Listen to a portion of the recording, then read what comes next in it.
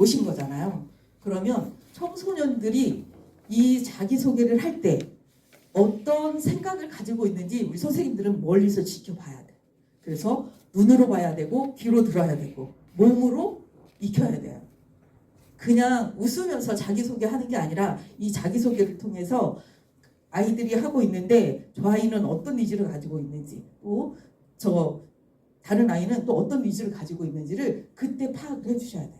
그러니까 저는 여기에 서 있지만 우리 선생님들에게 다 이렇게 네임펜트를 작성해보라고 하고 다니면서 보잖아요. 아, 이 선생님은 이런 걸 좋아하시는구나.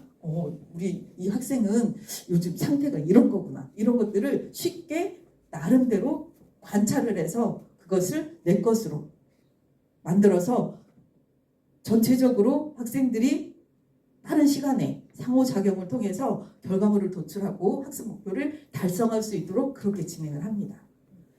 한번 해보도록 하겠습니다. 썼습니다. 그래서 이제 잠시 후에 우리가 2시간 끝나고 나서 액션러닝으로 교사학습하고 설계 운영을 어떻게 하는지를 같이 또 공유를 할 거예요.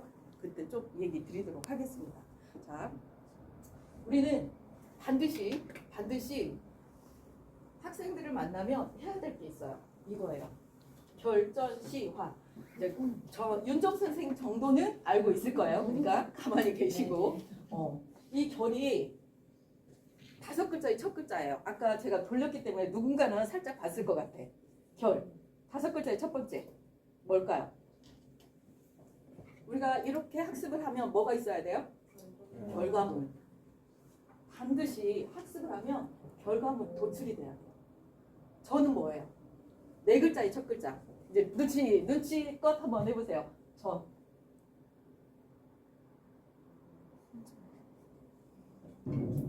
여기 보세요. 4글자의 첫 글자예요? 모르겠습니다. 모르겠어요. 우리 소개할 때 어땠어요? 누구는 빠지고 누구는 안 하고 그랬나요? 전원 참여. 전원 참여. 네, 우리 전원 참여했죠. 이렇게 반드시 팀 학습을 할 땐 전원이 참여될 수 있도록 해야 돼요.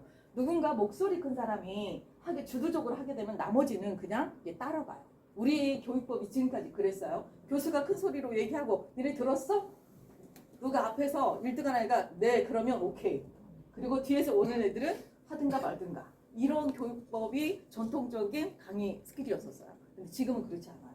그래서 전원이 참여해서 그래서 지금 2024년도 우리 전라북도의 교육청에서 테마를 가지고 갔던 프로그램이 있어요. 혹시 기억하시나요? 우리 이윤정 쌤 기억하시나요? 민주시민 교육할 때. 두 분 선생님 혹시 기억하시나요? 바칼로레아. 들어보셨죠? 들어보긴 했어요. 왜냐하면 2024년도에 전라북도 교육청에서 이 프로그램을 들여와가지고 학교마다 다 어떻게 했어요? 처음 시작할 때 어떻게 해요? 시험을 해야 되잖아요. 다 시험학교가 다 신청이 됐었어요. 그래서 전국적으로 엄청나게 이 프로그램이 좋다고 해가지고 한국에 상륙을 해가지고 많이들 했었어요. 그런데 제주도의 표선 중학교 고등학교가 굉장히 잘 도입을 해가지고 선보고 난 케이스로 유튜브를 찾아보면 나올 거예요. 그런데 제가 여기 이제 우리 선생님들을 만나야 되니까 시민 교육을 통해서 만나야 되니까 그때 그러면 교육청에서 그렇게 좋다고 했던 프로그램이 어느 정도 진척이 돼서 지금 깔려 있나라고 봤는데 우리 여기 계시는 선생님들이 그걸 모르면 끝인 거예요. 그렇잖아요. 시범으로 진행을 했다고 하지만 도입을 했지만 이게 이 일선에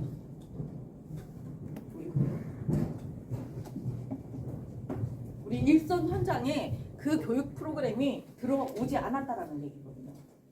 그러니까 정책을 세우면 그 정책들이 현장에 가기까지는 시간이 걸려. 그런데 그게 지금 교육감이 바뀌고 그러면서 또 작년에 사라졌고 올해 또 이제는 민주시민교육에서 시민교육으로 이렇게 지금 바꿔진 거라고 저는 이렇게 전환이 되고 있다는 것을 제가 느꼈어요. 그래서 우리는 강의를 하는 사람들이니까 이런 교육을 통해서도 또 다른 교육을 내가 프로그램을 운영할 때도 반드시 이 전라북도 내가 살고 있는 지역의 교육 정책이 어떤 쪽으로 향하고 있는지는 반드시 우리 선생님들이 한 번씩 보시면서 거기에 맞게끔 아이들을 가르치고 또 함께하고 그들에게 공유해주면 좋겠다라는 생각을 했습니다. 그래서 근데 그 바칼로레아 그 교육 프로그램도 결국 액션 러닝 방법으로 하면 다 해결되는 것들이에요. 그러니까 가장 기본적으로 그것도 연도로 보면 최근에 이제 얼마 안 됐어요. 그런데 액션 러닝이라는 것은 1940년대에 영국에서 탄생을 했어요.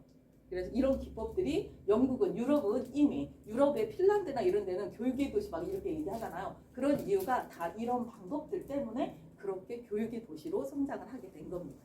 그러니까 우리도 액션 러닝을 영국에서는 1940년도에 탄생이 돼가지고 학교마다 다 교육을 해가지고 이런 방법으로 팀 학습을 진행을 하고 있는데 한국은 액션 러닝이 1990년도에 들어왔어요. 그것도 학교로 들어왔을까요? 액션 러닝은 어디로 들어왔냐면 기업으로 들어왔어요.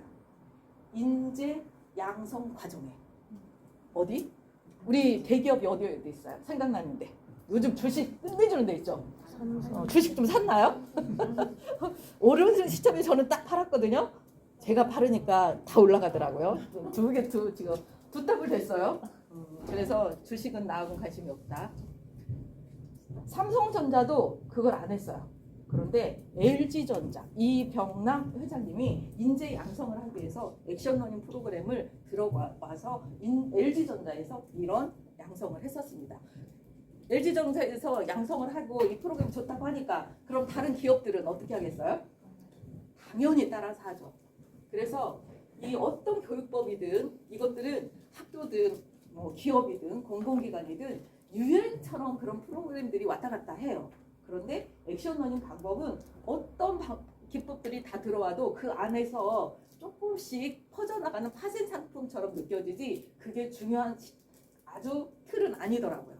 그래서 그거 아시고 선생님들이 액션 러닝을 제대로 알면 제대로 된 강의 프로그램을 설계할 수 있고 운영할 수 있다라는 것을 제가 이렇게 큰 소리로 얘기하는 것은 제가 전공을 해서가 아니라 그만큼 중요하다라는 것을 알고 있기 때문에 말씀을 드리는 거예요. 그래서 전원 참여, 그 교육법에도 전원이 참여할 수 해야 된다라는 얘기가 나와요. 그럼 시는 뭐가 있을까요? 시. 이거는 네 글자의 첫 글자. 시. 응? 시. 제가 아까 자기소개하면서 뭐 했었어요? 시간 정해줬죠. 네. 시간 준수. 반드시 시간 준수. 그래서 제가 아젠다도 이렇게 놓고 시간 준수를 하기 위해서 나도 보고 우리 선생님들도 보고 하라고 지금 이렇게 하고 있는 거예요. 자, 화는 뭘까요? 네 글자의 첫 글자. 아까 우리 자기소개하면서 서로 힘들고 얘기하니까 어떻게 거듭하면서 막 웃어주고 그랬잖아요. 화기애애. 네. 그래서 우리는 반드시 이 네 가지 규칙을 반드시 지켜야 된다. 그래서 결전시화라고 한다. 제가 액션 러닝 퍼실리테이터 양성을 하고 있어요. 2급, 1급 양성을 하고 있는데 시험 문제 내요. 이거. 결전시화. 네. 그런데 이게 군산에는 결전시화 이 지금 규칙이 초등학교에 청소년 문화의집에서 나갔던 교육을 나갔던 학교 있죠. 그 학교는 대부분이 전부 다 학생들이 결전시화가 뭔지 알고 있을 거예요. 이미 그 선생님들은 2024년도 그 이전부터 액션 러닝으로 교육을 받았고 그리고 제가 무차 가서 강의할 때 이 결전시화를 외치고 있으니까. 그래서 우리가 아까 네임펜트로 자기소개했던 거 이것도 하나의 결과물이죠. 네. 그래서 모두가 작성하고 모두가 다 참여한 상태에서 시간 준수하면서 이야기를 했었죠. 이렇게 각 미션마다 결과물도 나와야 되고 전원이 참석해야 되고 시간 준수도 해야 되고 화기애애도 해야 되고 그래서 이거를 꼭 기억해 두시면 되겠습니다. 이따가 그 성찰할 때 결전시화 안 나오면 오늘 수업 제대로 안 한 거예요. 이해하셨죠? 네, 좋습니다. 우리 이거는 간단하게 한번 해볼까 해요. 시간이 이제 정말 중요한 걸 해야 되는데 저는 팀빌딩. 자, 우리 남아있는 선생님들께서는 각자 그 역할 적은 거 있죠? 그걸 저기 1번 역할로 넣어주시고 이제 이렇게 그려주시면 돼요. 이 형태로. 자, 기획부 장관님께서는 기획재정부 장관님께서는 팀 역할 1, 팀명 및 구호 2, 팀 규칙 3. 규칙까지만 제 마음이 저렇게까지 상했구나. 그런데 그래도 얘는 그렇게라도 표현하는 친구였잖아요. 근데 표현 안 한 친구들 어때요? 그 다음에 이제 안 나와요. 청소년 문화의 집도 안 나오고 청소년 수련관도 안 나와버려. 그러면 안 나와버려. 근데 우리 그 친구들 하나씩 수련관으로 데리고 올 때 얼마나 노력을 많이 해요. 그렇잖아요. 정말 홍보부터 시작해가지고 왔는데 그 아이가 적응을 못하고 나간다. 그러면 누구 책임? 선생님들 책임이에요. 그러니까 그런 거를 잘 보시고 팀빌딩 하나를 하면서 여러 가지를 지금 학습을 했습니다. 자, 여기까지. 그리고 나서 팀빌딩을 하면서 이런 팀 활성화 도구를 선생님들이 알고 있다가 바로바로 적용하면 이렇게 결전시화하는 데는 큰 문제가 없습니다. 그래서 그 중에 하나가 칭찬. 원래 제가 그 시간을 양성할 때는 굉장히 길게 가져가요. 그런데 오늘은 짧게 시간이 얼마 안 되니까 짧게 가져가는데 이거는 좀 알아두시면 좋을 것 같아요. 이거는 이따가 마지막 시간에 성찰 시간에 이걸로 한번 대처를 해볼 거거든요. 그래서 우리는 칭찬이 좋다고는 하는데 가끔 칭찬이 안 먹힐 때가 있어요. 그래서 칭찬보다는 그 친구를 인정해주고 옆에 있는 사람을 인정해주는 거, 이게 훨씬 더 잘 먹히더라고요. 그래서 칭찬 인정을 하나로 해서 이렇게 있다. 마지막 시간에 진행을 해볼까 합니다. 이것도 학습 도구의 하나예요. 우리 친구들이 정말 힘들잖아요. 그럼 어떻게? 이걸 시켜보는 거예요. 이거 남성고등학교 남학생들 대상으로 이거 했었거든요. 근데 결국은 친해졌어요. 네, 남성고등학교 또 얘기하면 길어요. 그러니까 2시간 가니까 남학생들도 이 칭찬을 직접 하라고 하니까 안 되는 거예요. 그래서 인정을 써라. 네 친구의 어떤 걸 인정하고 싶느냐라고 해가지고 쫙 들어가서 했었는데 바로 애들이 화합을 하고 문제 해결을 할 수 있는 프로세스로 가지고 가서 결국 좋은 결과물을 냈어요. 그 친구들도. 그래서 사용하면 좋으니까 이런 것들을 다 학습 도구라고 합니다. 방금 했던 의사결정 방법, 이것도 학습 도구예요. 우리 멀티보팅, 그래서 이 방법 썼죠. 네, 이거 했고 이제 의사결정 그리드는 이건 문제 해결에서 우리가 과제를 선정을 해서 그 하나를 해결하려고 했었을 때 이 의사결정 그리드를 써가지고 주제를 선정을 하면 돼요. 우리는 아까 팀명 구할 때 멀티보팅을 했었죠. 근데 이제 과제를 할 때에는 저거는 간단한 거기 때문에 멀티보팅을 했는데 과제는 실행 가능성과 효과성을 항상 기준에 둬야 돼요. 그래서 가로축에는 실행 가능성, 그리고 세로축에는 효과성. 프로그램을 설계할 때도 이 프로그램을 설계할 때 어때요? 실행 가능성이 있는지 효과성이 있는지를 먼저 상중하로 나눠보는 거예요. 그걸 이 그리드로 이렇게 표시해가지고 할 수가 있습니다. 다음에 이제 시간이 저한테 또 주어지면 그 하나의 우리가 가지고 있는 하나의 문제 있죠. 그 문제를 가지고 이런 방법을 통해서 프로그램을 설계할 수 있는 그런 시간을 만들 수도 있습니다. 이런 식으로 진행을 하면 되고, 포스트잇 이거 처음부터 만들어진 물건일까요? 우리 지금 쓰고 있는 포스트잇. 네. 어떻게 만들어졌다고 들었어요? 접착제를 잘못 만들어서. 그렇죠. 우리는 여기까지는 잘 알아. 근데 어떻게 우리가 학습도구로 쓰고 있을까요? 이게 잘못 만들어져 가지고 창고에 몇 년 정도 있었을까요? 3M사 창고에 10년? 응? 10년? 조금 더 쓰세요.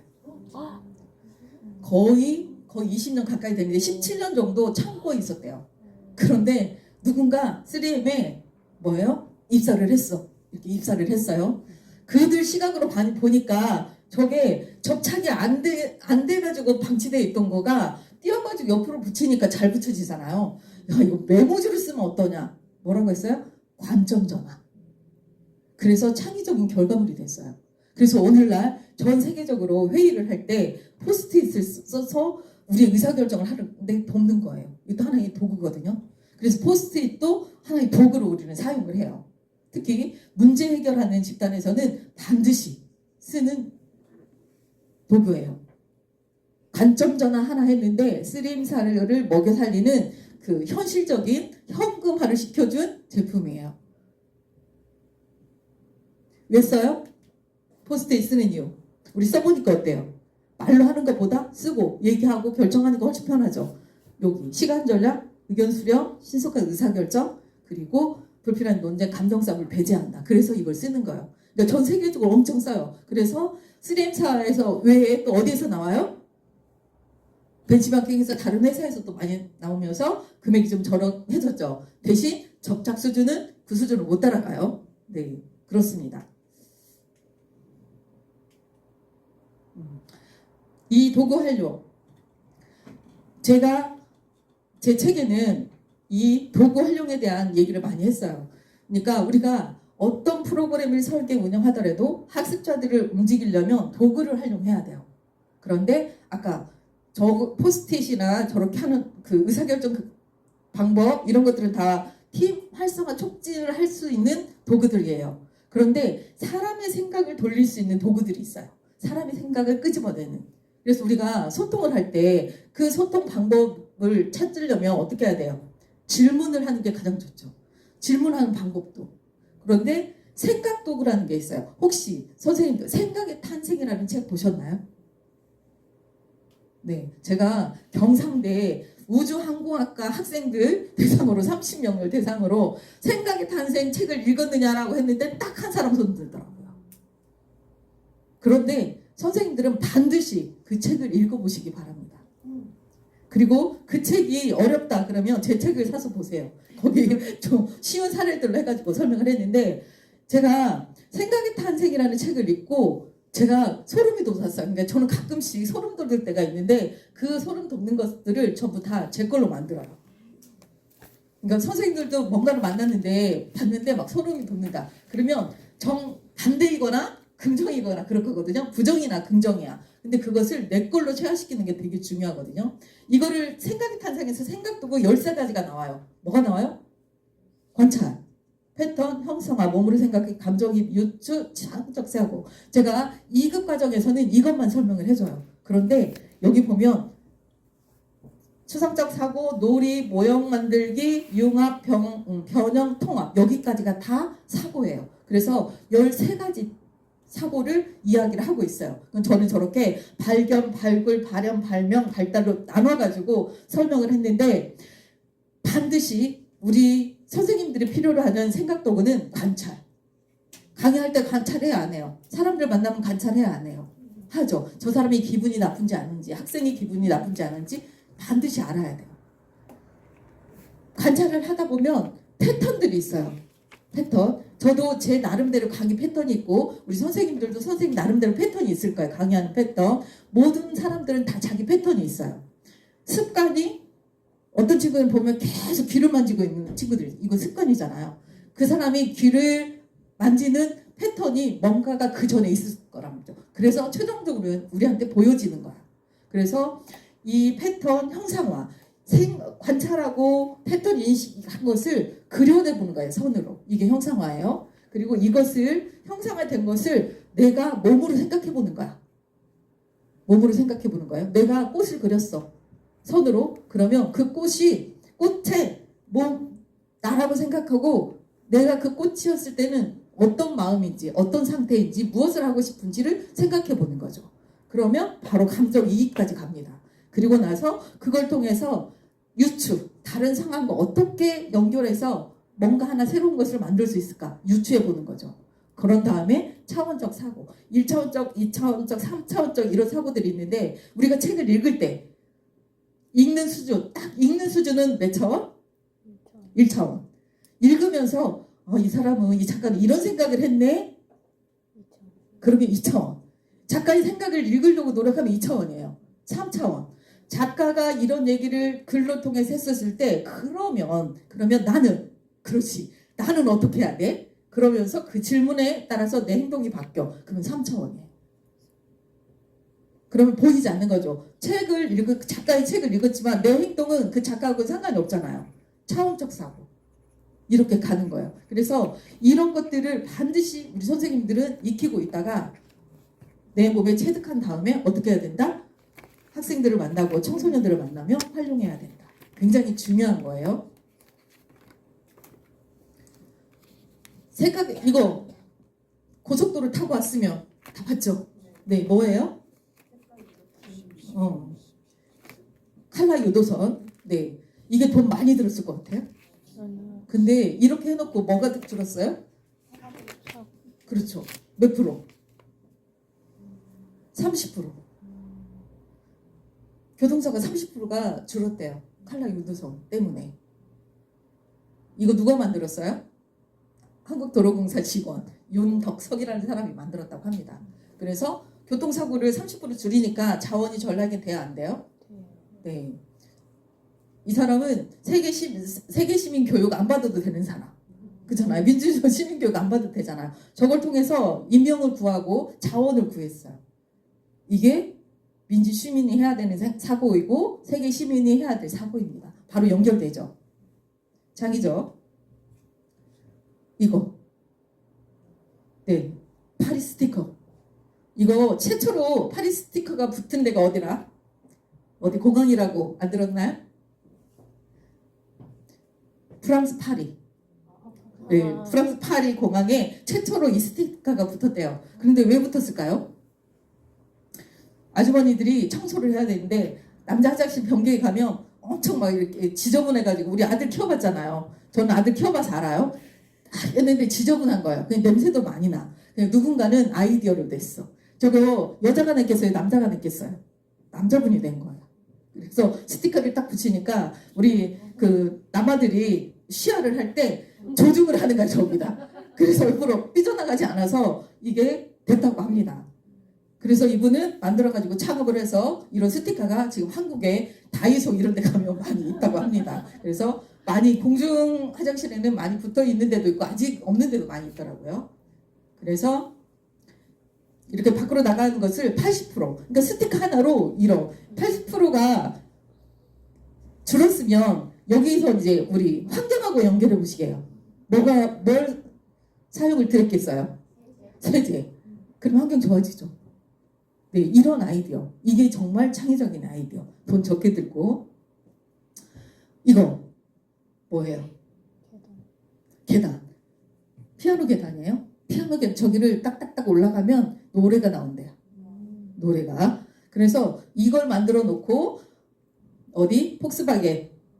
친환경 프로젝트로 만들어 놓고 이용자가 이만큼 증가를 했고 직원들 건강이 좋아졌다고 합니다. 그런데 통영에 가보니까 혹시 통영 다녀오셨나요? 통영? 김성수인가 이성수가 이러는데 그 돌아와요 부산항에 누가 불렀어요? 조용필. 그 조용필이 원래 그 가수가 아니래요. 원래 통영에 사는 김성수라는 가수가 그 노래를 불렀대. 원래 돌아와요 통영이래. 부산이 아니라. 근데 그분이 28살 때 서울로 노래를 하러 갔다가 그 장소가 불이 났대요. 그래서 거기 있는 사람들이 다 죽었대. 그래서 그 부산에서 있던 사람이 그 노래가 너무 아깝다. 그래서 부산에서 이름을 바꿔가지고 부산에서 조용필한테 부르라고 해가지고 데이트를 쳐서 조용필이 오늘날 있게 한 돌아와요 부산항해가 그렇게 됐대요. 그런데 그 노래가 통영에 가면 계단이 있어요. 이렇게 서피랑 쪽에 거기를 가면 이 피아노 계단이 있어서 그 돌아와요 통영 이게 나온대요. 그러니까 저도 가가지고 못 내려가 보고 시간이 없어서 그 해설사한테 얘기만 듣고 왔거든요. 근데 이런 계단이 있다고 합니다. 이것도 굉장히 창의적인. 네. 이런 것들을 우리는 창의적인 결과물이라고 해요. 그래서 이런 결과물이 나오려면 아까 생각도구들 있죠. 이 생각도구를 제대로 우리가 활용했을 때 가능하다라는 얘기를 해드리는 거고 이제 액션러닝에 대해서 간단히 얘기하고 우리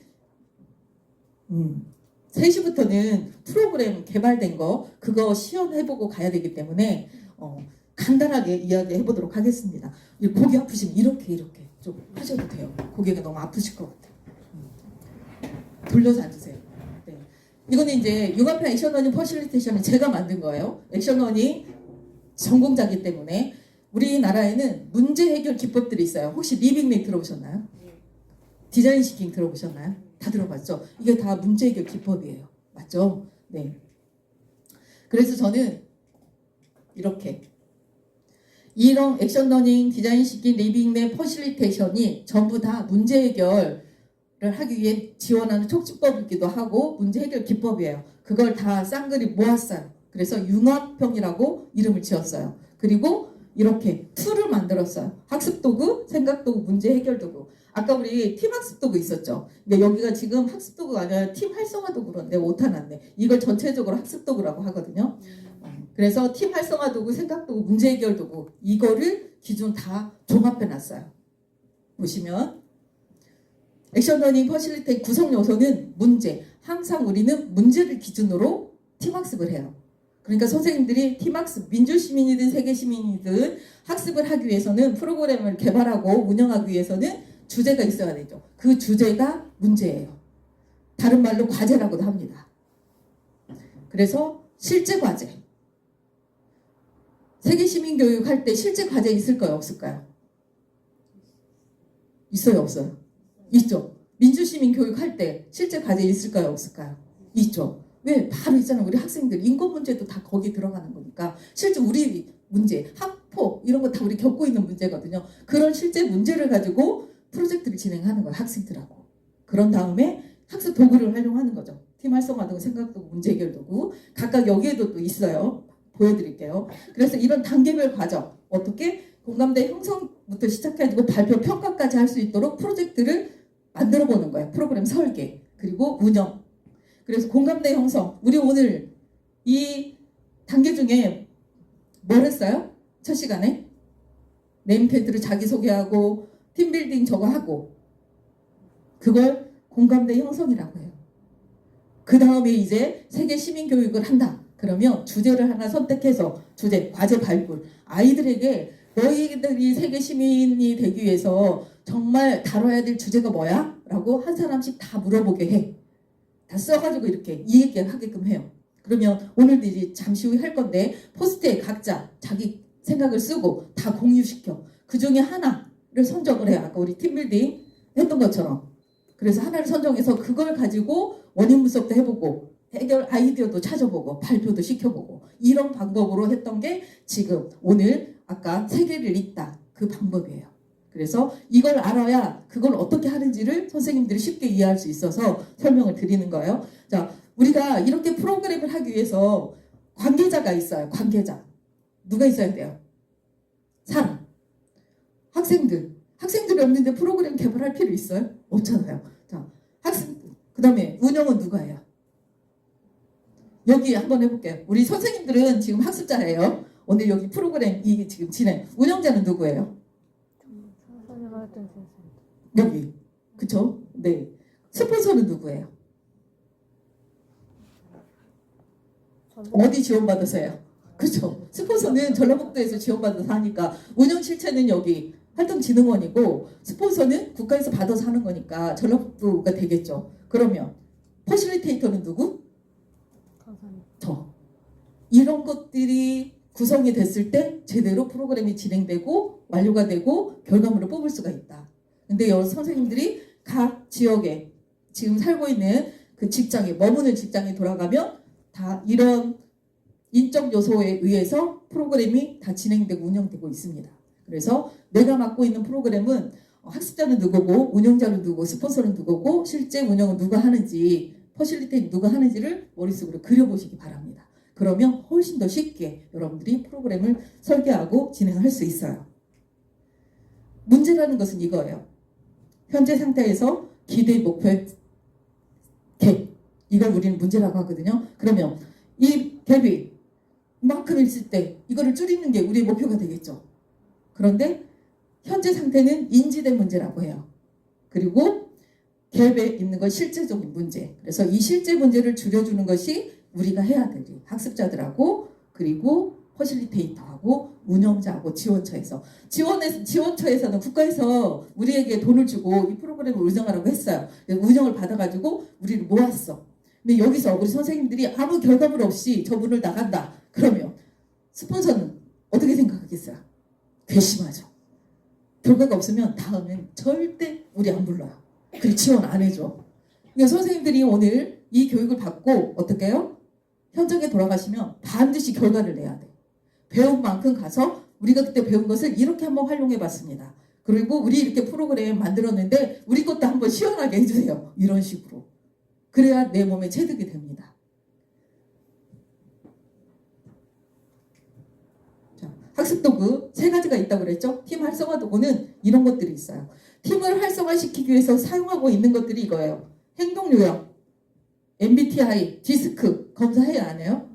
제가 이제 양성할 때는 우리 선생님들 참여하시면 자기 성향이 어떤 건지를 검사시켜요. 그래서 서로 공유하고 그러면서 팀 학습을 할 때 성향이 다르면 그 갈등이 일어날 수가 있어요. 갈등. 그래서 갈등을 줄이는 역할을 할 수 있도록 해주고 아이스 브레이크.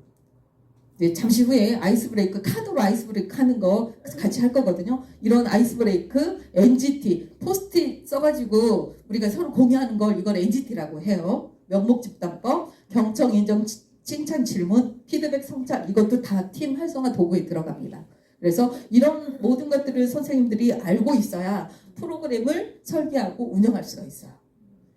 그리고 이제 생각 도구 아까 얘기했었죠. 이제 문제 해결 도구. 저기부터 보면 과제 개요 작성하는 것도 있고요. 인터뷰하는 방법, PC 다이어그램 사용하는 방법, 페르소나 선정하는 방법, 공감지도 하는 방법, 그리고 전이 매핑하는 방법, 과제 기술서 작성하는 방법 이런 그런 내용들이 문제 해결 도구에 전부 다 되어 있어요. 이런 것들을 알면 우리는 얼마든지 설계할 수 있고 운영할 수가 있습니다.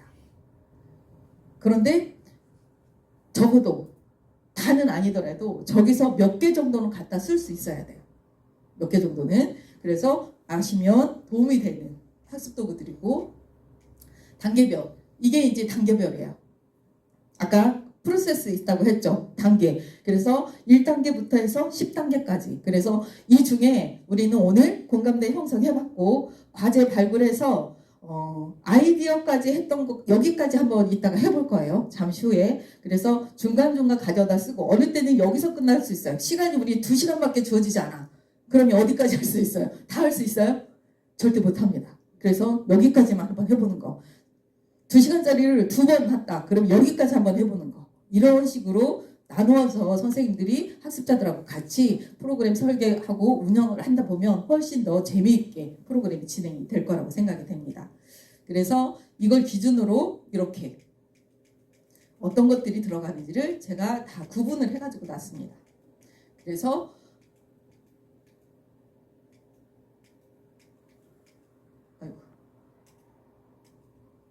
이 표만 하나 딱 머릿속에 사진 찍어 놓으면 네 프로그램 설계하고 운영하는데 어떻겠어요? 괜찮지 않을까요? 이거 외우는 방법 어떻게 외울까요? 제일 바깥쪽. 응? 바깥쪽 거부터. 그렇죠. 저는 이런 걸 외워야 된다 그러면 학교에서도 뭔가 외워서 시험 봐야 된다 그러잖아요. 그러면 컴퓨터를 켜기 전에 반드시 이걸 그려요. 중앙부터 문제, 그 다음에 10단계, 그 다음 해가지고 전체 한번 그려본 다음에 그 다음에 이제 컴퓨터 부팅을 해요. 그러니까 매일 한 장씩 해보는 거야. 그러면 어느 순간에 이게 내 기억 속에 있어요. 그래서 사용하는 거거든요. 사용하는 방법 저 나름대로. 그리고 인적 요소 이렇게 가는 거고 역량.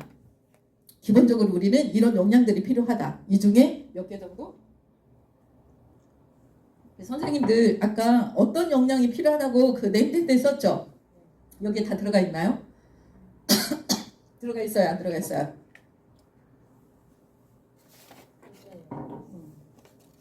우리 선생님 혹시 어떤 역량이 더 필요하십니까?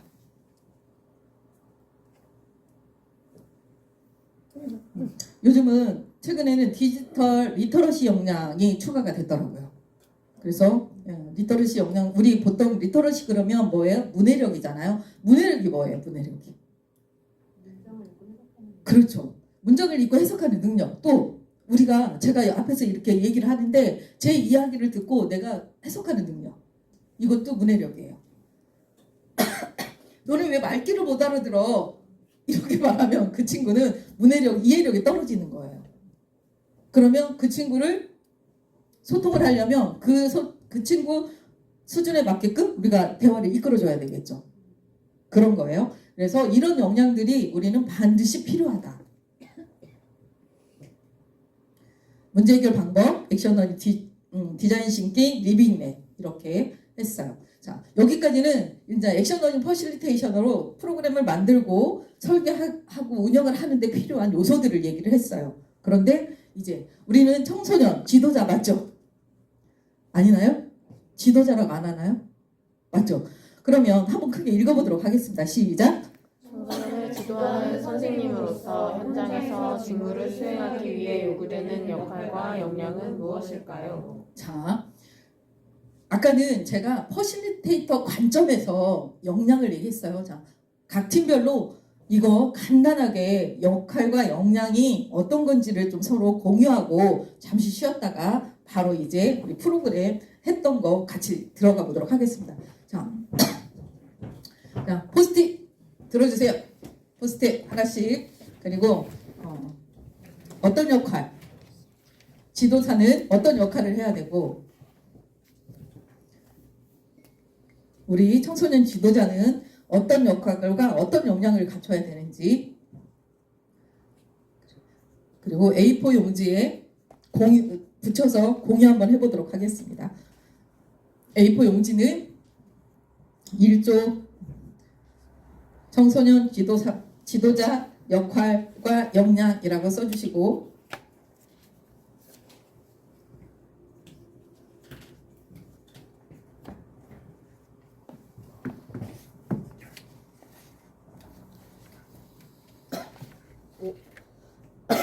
이거밖에 없나?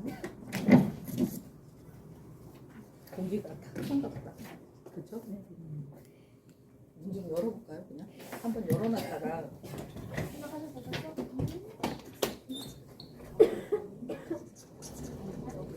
자연빛이 더 좋다. 그러니까.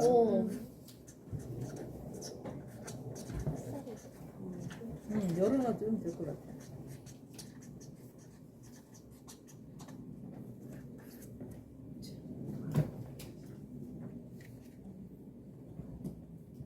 했나요? 어디 다 가신 거예요? 좀 열어놨다 해도 되겠죠? 네. 탁했어 지금.